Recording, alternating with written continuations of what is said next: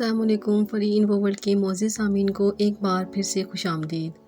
دوستو، جب ہم ہوا میں پرندوں کو پرواز کرتے ہوئے دیکھتے ہیں تو ان پرندوں کو دیکھ کر ہمارے دل میں بھی یہ خواہش پیدا ہوتی ہے کہ کاش ہم بھی ان پرندوں کی طرح سے ہوا میں اڑ سکیں۔ دنیا کی زیادہ تر تہذیبوں اور فنون لطیفہ کی تاریخ میں آپ کو ایسی بے شمار کہانیاں اور شاعری کثرت سے ملے گی کہ جس میں بار بار ہوا میں پرندوں کی طرح اڑنے کا اظہار کیا گیا ہے۔ تاریخ میں ایسے واقعات کا ذکر بھی ملے گا کہ جس میں مختلف لوگوں نے اس خواب کو پورا کرنے کے لیے بہت زیادہ جدوجہد کی۔ ان کو کسی حد تک اس میں کامیابی بھی ملی،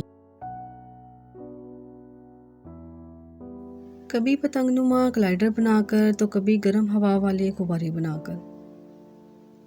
مگر دوستو، یہ تمام پروازیں کم دورانیے کی تھیں، یعنی اڑنے والے صرف تھوڑی دیر کے لیے ہی خود کو ہوا میں اچھالنے میں کامیاب ہو سکے، لیکن پرواز کا خواب دیکھنے والوں نے اپنی کوششیں جاری رکھی۔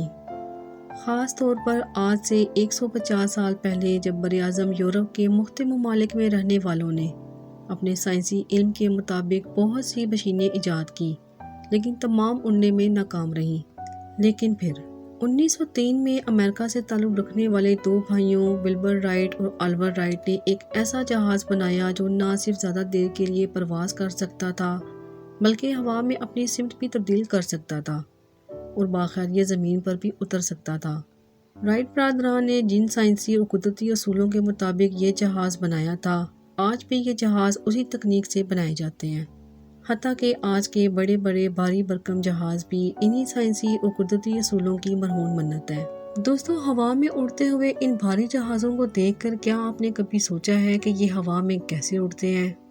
اتنے زیادہ مسافروں کو ان کے سامان کے ساتھ ایک جگہ سے دوسری جگہ لے جانا کیسے ممکن ہوتا ہے؟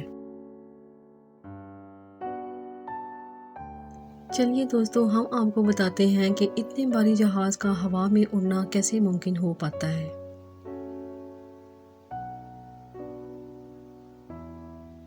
ہوائی جہاز کی اڑان کا عمل انتہائی دلچسپ اور پیچیدہ ہے۔ بنیادی طور پر ہوائی جہاز کی اڑان 4 قوتوں کے توازن پر مبنی ہوتی ہے: وزن، اٹھاؤ، دھکیلنا اور مزاحمت۔ وزن وہ قوت ہے جو زمین کی طرف کھینچتی ہے۔ یہ قوت ہوائی جہاز کے مسافروں، سامان اور خود جہاز کی مجموعی وزن پر مشتمل ہوتی ہے۔ اٹھاؤ وہ قوت ہے جو ہوائی جہاز کو اوپر اٹھاتی ہے۔ یہ قوت ہوائی جہاز کے پروں کی بناوٹ اور ہوا کی تیز رفتاری کی وجہ سے پیدا ہوتی ہے۔ جب ہوا پروں کے اوپر سے گزرتی ہے تو اس کی رفتار زیادہ ہو جاتی ہے اور نیچے سے گزرنے والی ہوا کی رفتار کم ہوتی ہے۔ اس فرق کی وجہ سے ایک اٹھاؤ کی قوت پیدا ہوتی ہے جو ہوائی جہاز کو اوپر کی طرف کھینچتی ہے۔ دوستو، اب ذرا بات کر لیتے ہیں کہ دھکیلنے کی قوت جہاز کی اڑان کو کس طرح سے کامیاب بناتی ہے۔ دھکیلنا وہ قوت ہے جو ہوائی جہاز کو آگے کی طرف دھکیلتی ہے۔ یہ قوت ہوائی جہاز کے انجن سے پیدا ہوتی ہے، چاہے وہ پھر جیٹ انجن ہی کیوں نہ ہو۔ یہ قوت ہوائی جہاز کو آگے بڑھنے میں مدد دیتی ہے اور اٹھاؤ پیدا کرنے کے لیے ضروری رفتار فراہم کرتی ہے۔ ڈریگ یعنی مزاحمت، یہ وہ قوت ہے جو ہوائی جہاز کی حرکت کو روکنے کی کوشش کرتی ہے۔ یہ قوت ہوا کی رگڑ اور ہوائی جہاز کے سامنے کی سطح کی بناوٹ کی وجہ سے پیدا ہوتی ہے۔